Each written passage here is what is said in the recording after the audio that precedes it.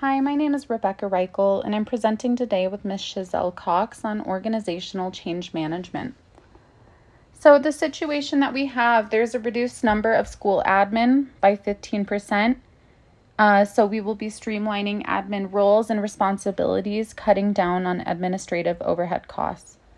We will combine grade levels within the school to maximize resource utilization and minimize the need for excess staff.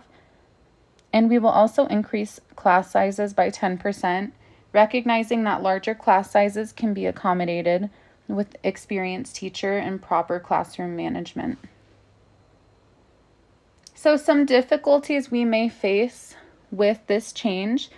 There might be difficulty balancing a greater amount of responsibilities amongst administrators and teachers, as well as managing new time and resource expectations.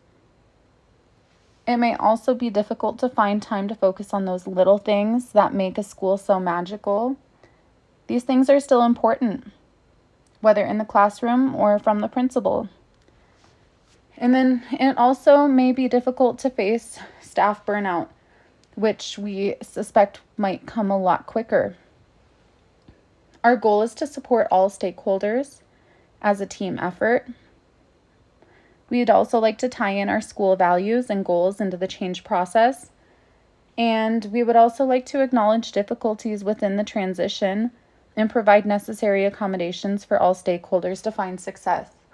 So I'm going to pass the baton off to Chazelle, and she's going to talk about specific strategies we will use to make this process easy.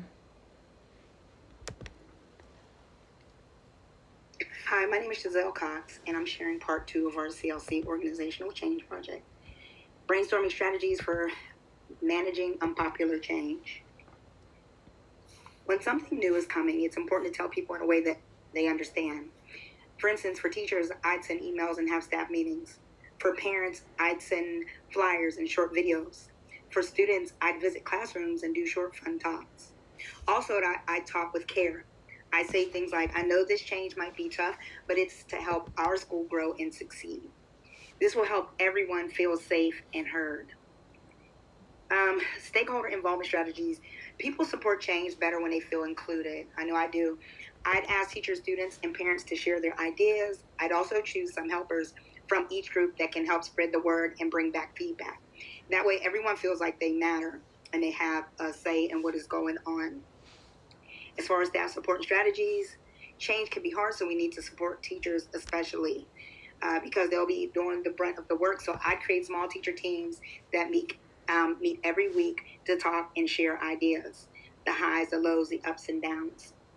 I'd also give trainings and assign mentors so teachers feel more ready, especially with the big class sizes. And the fact that they're going to not only be big class sizes, but there'll be 2 different grades, and how we can vertically align within the classroom every day. For moral and climate strategies, to keep spirits high, I'd send quick check-ins like, how are you feeling this week? If somebody needs help, we can step in early. I'd also make sure that people that were there, like we have like a coaching team, they were there on spot to come around to the different rooms and support where needed. Being as this is a big organizational change, people that can problem solve need to be on hand at all times. I would also make calming spaces in the classroom for the students and help students talk about their experiences with all the changes that are going on. As far as recognition and positive strategies, I know I like to be noticed. It's not the main thing for me, but it is nice to be noticed when you know you've been working hard, especially with such a big change. I would share stories about teachers and students doing awesome things. I would give things because it's such a big deal. I would give out rewards. We know extrinsic rewards aren't everything, but these big changes are going to be major for all. So I would try to keep the morale really high and give out things like maybe gift cards, maybe a little bit of extra time for lunch. We would get creative and do different things. I'd also plan fun days like spirit days, small class parties, when different goals are met. And then, like I said, that keeps the school fun and positive, even when these major changes are coming. I would also make sure that I was very empathetic to the changes, especially if this is a mid-year change, something that people never signed up for.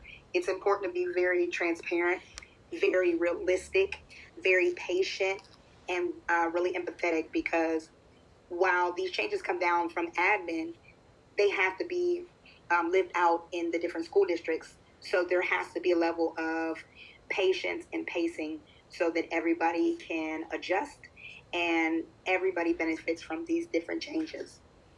Thanks for watching my part of the project. I believe small, thoughtful steps like these can make change easier for everyone. Thank you again for watching our project.